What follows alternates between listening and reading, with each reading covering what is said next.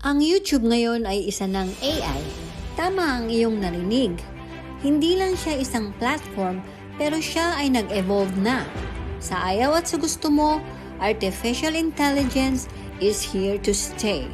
At sa video ito ay i-explain ko sa inyo lahat ng tungkol dito. Pero bago ang lahat, huwag mong kalimutang mag-subscribe sa aking channel para hindi mo ma-miss ang lahat ng aking upcoming videos. Kailan lang ay nag-announce sa YouTube ng mga bagong AI tools na ilo-launch nila sa YouTube platform next year na makakatulong sa mga creators sa iba't ibang paraan, simula ng pag-come up ng ideas, pag-edit ng videos, hanggang sa pag-reach ng mas maraming tao. Sobrang exciting ito, di ba? Ang unang tool na babanggitin ko ay tinatawag na green screen. Simple lang ang concept nito.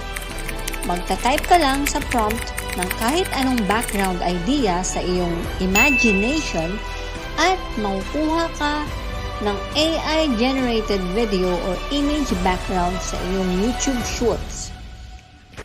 So, pag pumunta ka sa YouTube Studio, makukuha mo ang mga AI-powered insights. Nagbibigay ito ng mga video ideas based sa kung anong pinapanood ng audience mo at kung anong mga popular videos sa ngayon na relevant sa iyong niche.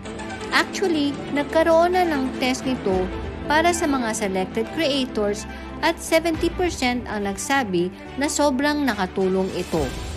Ang next new feature ni AI sa YouTube ay maghanap ng music. I-type mo lang ang description ng content mo at magbibigay si AI ng mga suggestions ng music na pwede mo ilagay sa video mo.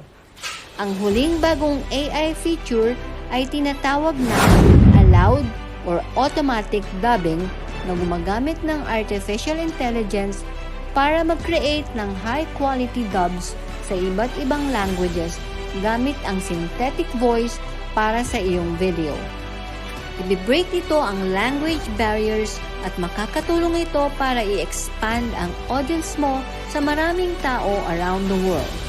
Sa tingin ko, ito ay magiging isang game changer para sa mga creators na gustong i-expand ang audience at i-grow ang channel nila. Sa totoo lang, okay na okay ang mga bagong AI features ng YouTube. Pero sa kabuuan, ang buong AI features ng YouTube ay nagsisilbi hindi bilang replacement pero isang tool na magiging napaka-convenient para sa mga creators. Mas lalong mai-inspire ang mga tao na mag-start gumawa ng YouTube content. Sobrang exciting ang future ng technology na ito, pero nakakatakot din. Hanggang saan ito mapupunta? Hindi natin alam. Eventually ba mapapalitan na ang mga human creators? Ayokong isipin yan. Pero nagustuhan ko itong mga AI basic tools na magagamit natin sa umpisa. Let's see what happens. That's all for this video. See you in my next video.